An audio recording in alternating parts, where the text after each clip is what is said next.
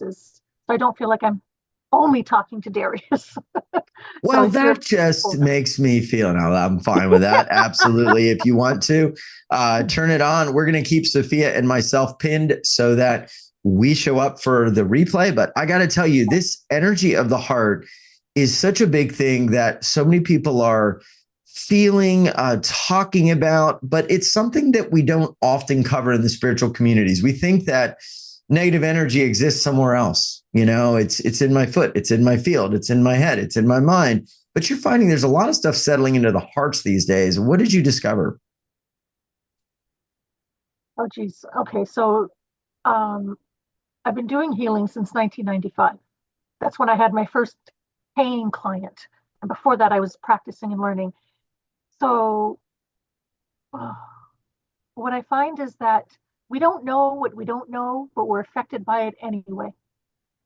Okay. So I learned for myself. I have a music degree and a drama degree. And I was going to acting classes and I found they drained me completely. Mm. So when I'm around a big group of people, my energy gets sucked out of me and it takes me a few days to recuperate. Um, so there's that. There's the energy of other people that needs to be cleared. And that's why I did that anti and epigenetics program. But then on a deeper level, we get affected by our own trauma and everybody else's as well.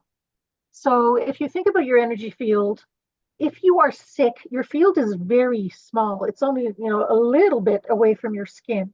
If you are healthy, your field is at least arm's length, Yes. but even up to like 6 yards out in all directions. Okay, so think about that. You're on a crowded bus or subway, Yes. and everybody's fields are overlapping. Like we're all like in bubbles of each other. And so if you're highly empathic, like I'm sure most of the people on this call are, you're going to be able to pick up what other people are broadcasting. And this is when I say, don't ever think you can actually lie to anyone because people who can read energy, they know you're lying. Yeah. Like, I got a text from a friend one day, and as soon as I read it, I felt like I'd just been kicked in the stomach. I knew he Oh was my lying. gosh. Oh my gosh. The words were just innocuous, You're right. but I knew it Right. was an excuse and I'd been lied to. Oh, And I felt nauseous. Like I really felt like I'd been kicked in the stomach. It was so visceral and powerful. So, and of course, I'm, empathic, which is not a good thing. It's not a blessing. It's a hindrance because then, I have to do extra protection and then clearing, and it's a hassle being empathic. Um, so I find a lot of people pick up on that as well. Let me give you a tip right up front. If you buy antiques or if you go thrifting for used items, make sure you clear the energy before you even put them in your car or however you're getting home. Okay, so you clear energy by holding. So I have here, let's say this was an antique box of tissues. So you clear the energy by swiping away the energy and intending it to go into the ground for neutralization. So you oh, I love clear, that. clear. Yeah, I love that. I was Sophia, once, I want to ask you a question about energy because you mentioned this heart field and you yourself, I know, had a time where you had numerous accidents and things that were kind of like they were unexplainable events from the standpoint of 3D reality, 3D Newtonian physics. But if we understand energy, it would make sense that these things were all sort of happening again and again.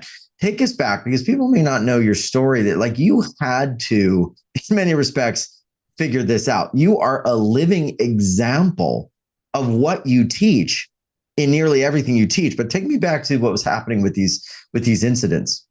okay, so from high school on, I kept falling. I have sprained each ankle about 15 times. Yeah. Yeah. And after I'd fall, Wow. I'd look Oh my back. gosh. Yeah. Yeah, seriously, like my tendons and ligaments are like overstretched balloons. I can't wear heels. I'll just fall over. But I kept falling. I would slip for no reason. I'd be around other friends, and I would be the one who'd fall, and everybody else was upright. And then I'd look to see what I fell on, and it would be often like a rock the size of a golf ball. And I did not feel that under my foot. How could I not feel it? So years later, after I was in the first car accident and I was going to a clinic where they did energy work, so I had somebody doing cranial sacral therapy on me. And Yeah. I told him I keep falling. And I went in because I had a sprained ankle. And so he started working on me. He said, you know what? Your lower half is not communicating with your top half. That's why you're not feeling the rocks you're tripping on. And that made so much sense. And since that time, I have not slipped randomly. I Oh, once fell on ice, but that was sort of, yeah. you know, logical. And, Um, and and you had a number of conditions, and the well, medical community said not likely to recover. From what I remember, oh, what was not going on there? expected. Yeah, I had a big car accident, Yeah. and I decided to just be normal and just be handled by my insurance company. And so by be normal, I meant I decided not to do energy healing, not to have anything done, just to have the experience of going through the process of healing the regular way, the way most people do it. And it really was catastrophic. And over the years, things got worse and worse. So I had 85 conditions. And yeah, 9 doctors' reports said patient not expected to recover. Anyway, once Wow. I was out of the shock of the accident, I could Uh, start treating myself, and that's when I got better. can I Um, jump in and ask this question? Sorry, I'm cutting you off, but this is so much a testament to you. 9 doctors. Like, if most of us would get one doctor, we'd be like, okay, that's pretty tough. And you start to believe it. Then you get another one. Okay, now you're on number 2. yeah, Then you're on number 3. Then number 4. Okay, you go see number 5. Getting to yeah, 9 and actually being able to look beyond that physical world and say, wait a minute, no, I'm going to believe something else. I'm going to believe there is a redemptive power. That is quite a miraculous thing just for you to be able to do. Take me back to your mindset when that ninth doctor said patient not expected to recover, or whatever they yeah. said. I mean, how do you Well, rise from that? I know it was really crazy. When I read the first report, because my insurance company sent it to me, I read patient not expected to recover, and I actually screamed and dropped the report because I thought, how dare you say that to someone? You should give us hope. You know, you should say things are tricky, but come on in, let's work on this or something. Right. Anyway, but I took inspiration from a friend of mine who had a baby and there were immediate difficulties with the child. And so the doctor said that this is what's going on. It was very serious. And she said, I want a second opinion. So they sent in another doctor who said the exact same thing. And she said, no, no, I said I want a second opinion, not the same opinion twice from a different robot. I really like that. How many, Yeah. And so like, that's what give I me a thought. different So these perspective. doctors Yeah. are all trained the same way, so they will give you the same answers. And incidentally, I had a part-time job for many years where I helped foreign doctors get their Mm. Canadian accreditation. And so I would have to role play the patient. So I had to memorize statistics and tell them how I was feeling. And then give, they all had to give the same diagnosis for whatever my Mm. list of issues was. So I had that in mind that doctors are trained all the same way and they have to do their protocols so they don't get sued. And That's right. so, yeah, that's when I realized, oh, patient not expected to recover is probably like the lowest option on a grid of options to report back on. Anyway, um, I don't dislike doctors. I dislike the way they've been trained. They do their best, um, but they're not always empowered to really help the patient. And I learned that from the foreign doctors who would say, why would that be the protocol? This isn't how we would do it in my country. Right. Right. We're so much So, a product of the system we're in. And that yeah, tends to become our reality because we have a limited scope of what's possible or what alternatives they are. And, it's one thing if you've got bumps or rashes or challenges in different areas. But when we deal with the heart, we're not just dealing with an emotional organ in the sense of like our heart energy, but we're also dealing with something so important for our whole body. And are you seeing any trends in the bodies or the energy fields of people right now on the planet? Are you seeing more people carrying emotions in the heart? Are you seeing things maybe not being released as fast? Or are you seeing things go really fast and us just release stuff and move on and keep rising? What are you seeing? I'm seeing a lot of women, usually menopausal and postmenopausal, Okay. who are starting to have heart issues. And it's really alarming that 2/3 of women who die of heart disease never had any prior symptoms. Two Like, thirds of yeah, women that die of heart disease never have any or prior sorry, not just symptoms. die, but also survive a heart attack. So basically, Yeah. they're fine, Oh they're fine, they're gosh. fine. They drop one day, they have a heart attack, they have a stroke, and there was not one hint of it prior. So this is why it's so important. Even if you think you're fine, you need to get in on this to prevent. Yeah. Okay, I can't say prevent, to possibly maybe change an outcome. Um, but And you especially also with want to, women, I mean, can I say this? I mean, you also want to get checked. I mean, you've done yeah, that. You want to have your medical professionals just like double check things, but yeah, you want to do this holistic dance, right? Because there's so much going on that we don't realize, right? It's a holistic dance between uh, the two. I agree. I agree. well, it's emotions, right? It's Yeah. emotions that are upsetting. Uh, I define a trauma as any event that made you feel bad. Everybody else Mm, might have been laughing their heads off, but if you felt bad, it was a trauma to you. And it can be the smallest thing, and it starts early. Please, if you mm. have children, don't ever say, oh, kids are resilient, they'll get over it. No, they Yeah, don't. I They know. suppress it until there's so much suppression that it erupts into something big when they're 30, 40, 50, 80, whatever. Kids are not resilient. They're able to suppress, to just you know, deal with the situation with the resources they have, and then later it comes out. So Mm, if a child says they feel bad, take that as enormously serious. yeah, Yeah. And, I but agree. also even with other adults, if somebody else is saying you upset me, you embarrassed me, you hurt me, don't ever minimize someone's feelings. They felt how they felt. Don't judge it. Take responsibility and try and come to a resolution that makes them feel better. Um, so our hearts give out. Like the people die of a broken heart, being Yes, we betrayed, talked about that. abandoned. Yeah, all that affects the heart, of course.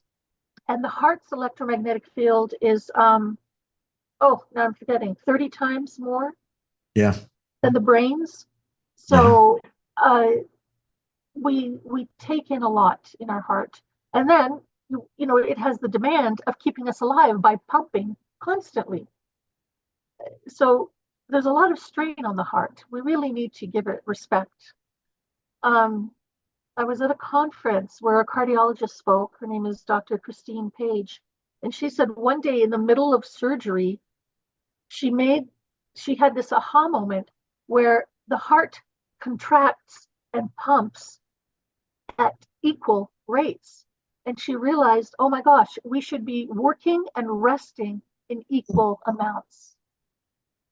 So if you're not Oh, doing that, interesting. yeah, Yeah. you have to be resting at least, well, half your life, half your days, half your minutes. So not work 18 hours and then barely get some sleep and then start all over again. That's harming you. Okay, so think about that. Resting. And Mm, rest, it can be active rest. It can be, it just means not work, not stressful work. So you can be yes. exercising or reading or walking or, doing needlepoint, whatever relaxes you. So please make that change if nothing else. It's free. You just have to think about it and plan it. Yeah. And I also agree. It's so important to go in and heal the broken heart, like energetically, metaphorically align that, bring it into awareness, release it. We talked about this privately. The cardiomyopathy is actually broken hearted disease, and it's actually discovered by a Japanese physician, and it's called Takotsubo cardiomyopathy. It's actually a weakening of the left ventricle, heart's main pumping chamber, Usually the result, this was discovered in 1990 in Japan, described at least, from severe emotional, physical stress, such as sudden illness, loss of a loved one, serious accident, or a natural disaster. That's why the condition is also called stress-induced cardiomyopathy. How many people do we know that are married? One of them passes away, and then very soon after, the other one passes away. So, I asked that question: what are we all kind of carrying in our heart that maybe doesn't serve us anymore? And we're going to move some of this. I mean, that's what the show is about. So we're going to get to some questions. We're going to get to some love. We're going to get to some freedom and energy. I want to ask you about love, vitality, radiance, and romance. Why were those important? What does that mean in relation to this discovery of yours called the Heart Method? You can't just look at the physical mechanics of the heart. Yeah. And you can't only look at, are you in a happy marriage or are you lonely and depressed? It all goes together. So I know it seems like a broad topic, but it's all things that affect the heart and its ability to function well and your ability to be happy and healthy and vital. So I couldn't ignore any aspect of it. And I'm a firm believer that in whatever you want to heal, you have to come at it from different angles. Okay. Yeah. Yeah, you can't just take vitamin C and expect everything to be great, right? You still have to avoid potato chips and smoking and go out and exercise. And, we're multifaceted beings and we need multifaceted support and treatments to get a full result. Yeah, and we're going to be diving in, helping some folks today to maybe release some of those things that are affecting the field, right? This energy that I think really brings us the love, the vitality, the romance. It's like what we put out, we get back. And if our heart field is putting out negativity, control, this sort of like clutching scarcity, angry energy, you pretty much end up confining yourself to that world. For those that are going to be raising their hand or those that maybe decide they want to work with you, I know we had so many people love absolutely working with you and had life-changing shifts. How do you see energy? How does this whole world of kind of what's going on energetically to us all, how does that come into your awareness? How does it show up for you, Sophia? That's a good and big question. Do you get images? Do you get feelings? Do you get during sensations? Yeah, when you read energy and you're feeling into people. Yeah, when I have permission to look at a person, I see by not looking directly at them. Okay, so it's so funny. So my inner vision, my third eye works when I shut my eyes or when I look away from the person, which is so. Physical vision does not help. So I often close my eyes and then I can tune into the body. If I'm specifically looking for issues in the body, I see the body as a digital form. So like it's just like a humanoid form, no gender, and it's got grid marks on it and grid lines rather. And where there's a physical issue, I will see a glowing red light. So it's left shoulder, right knee, or what have you. And that's how I know to go and work energetically there.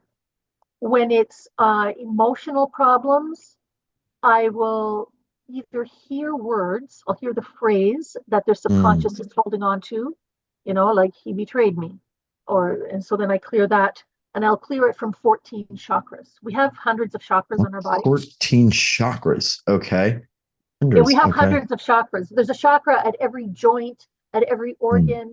There's tons of them. We all know the 7 main ones that go up the spine that we see in yoga studios, but I also use some secondary chakras so that the healing is thorough.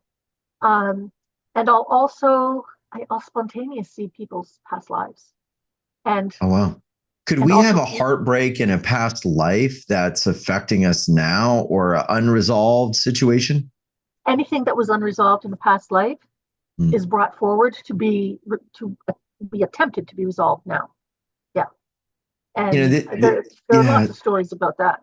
Yeah, and I want to get into that. I want to ask you too about the energy fields and also maybe some signs that somebody is having like this block. What I see is not like I'm not talking about like a cholesterol block in there. I'm talking about like an energy block or like a wall or like a door that's just like closed to experiencing life and love and abundance. But I wanted to ask you about what you have seen as some of the signs that this heart energy is closed, that this heart field is putting out something maybe that isn't optimal for, the love, the vitality, the radiance, the romance. Then we're going to go to some callers. What are some signs? What does that look like in people? What does life begin to show up as when you're putting out stuff that just, well, it might be kind of ick and you may not even be aware of it? Yeah, the biggest one is jealousy.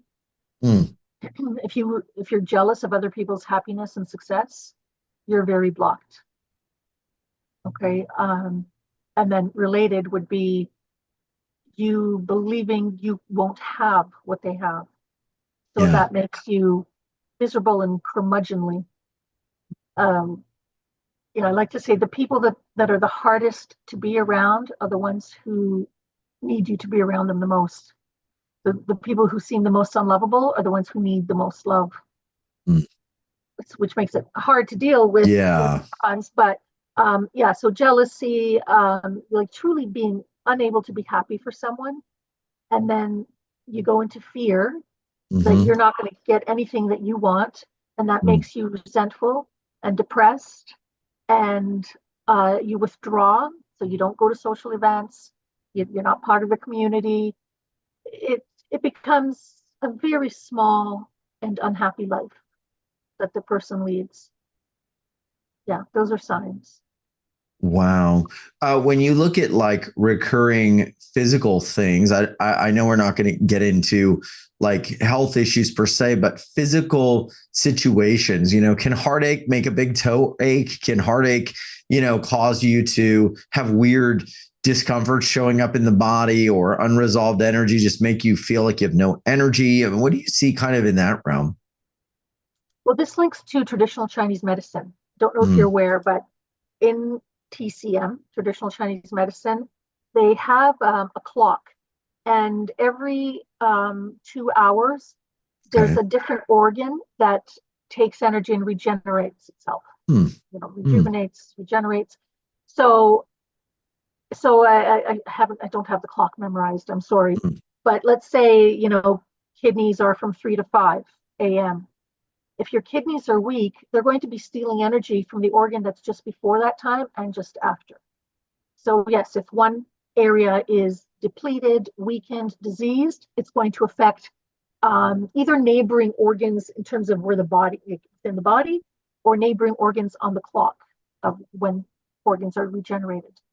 Yeah, so this is why sometimes it's hard to get a diagnosis, because if a regular MD has no idea about taking energy from a nearby organ, then they're not going to know to investigate it to see if that other area needs support as well.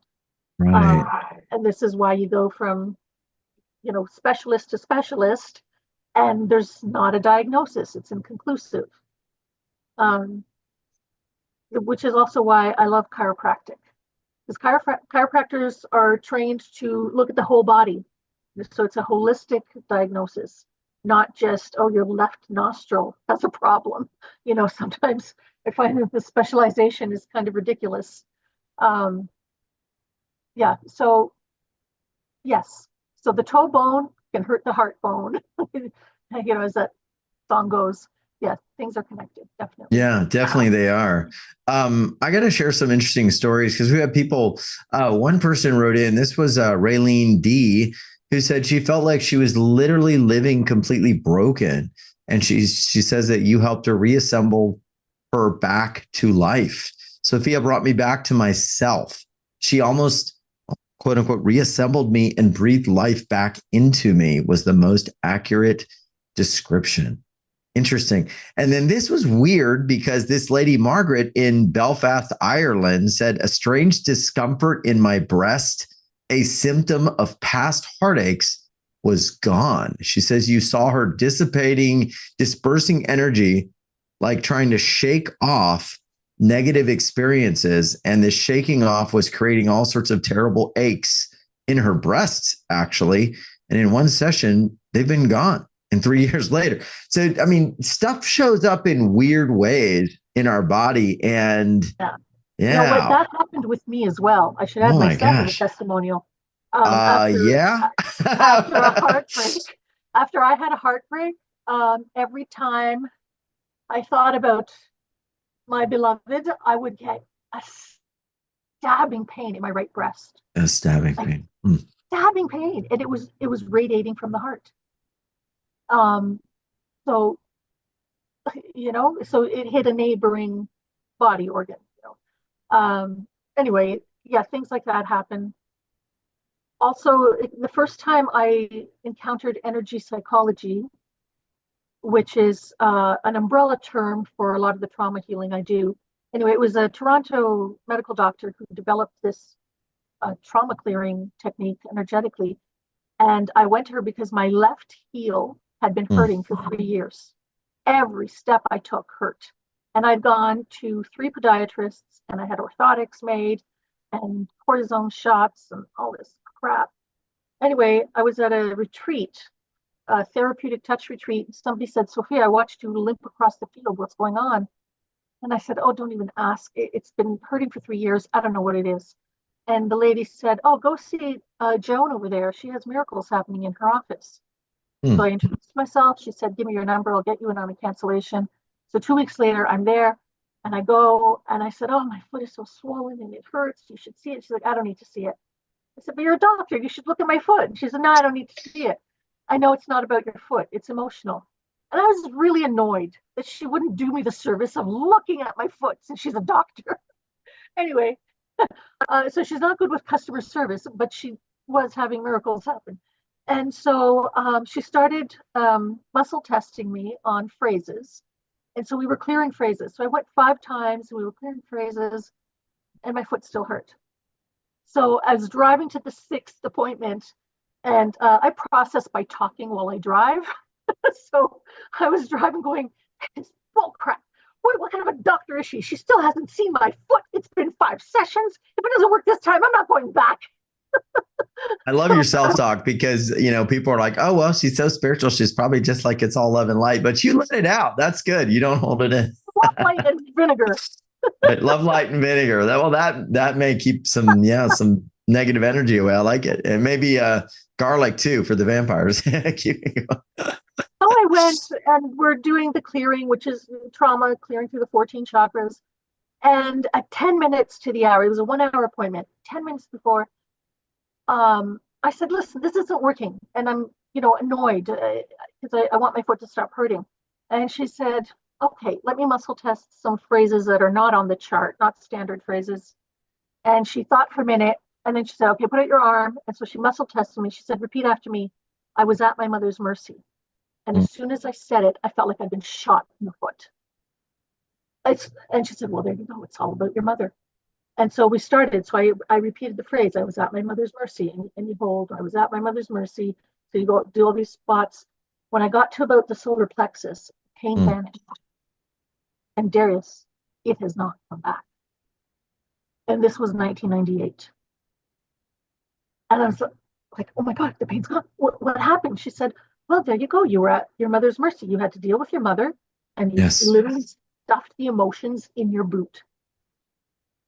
I don't know why. Well, the left side is feminine, so I guess that's why it was on the left side.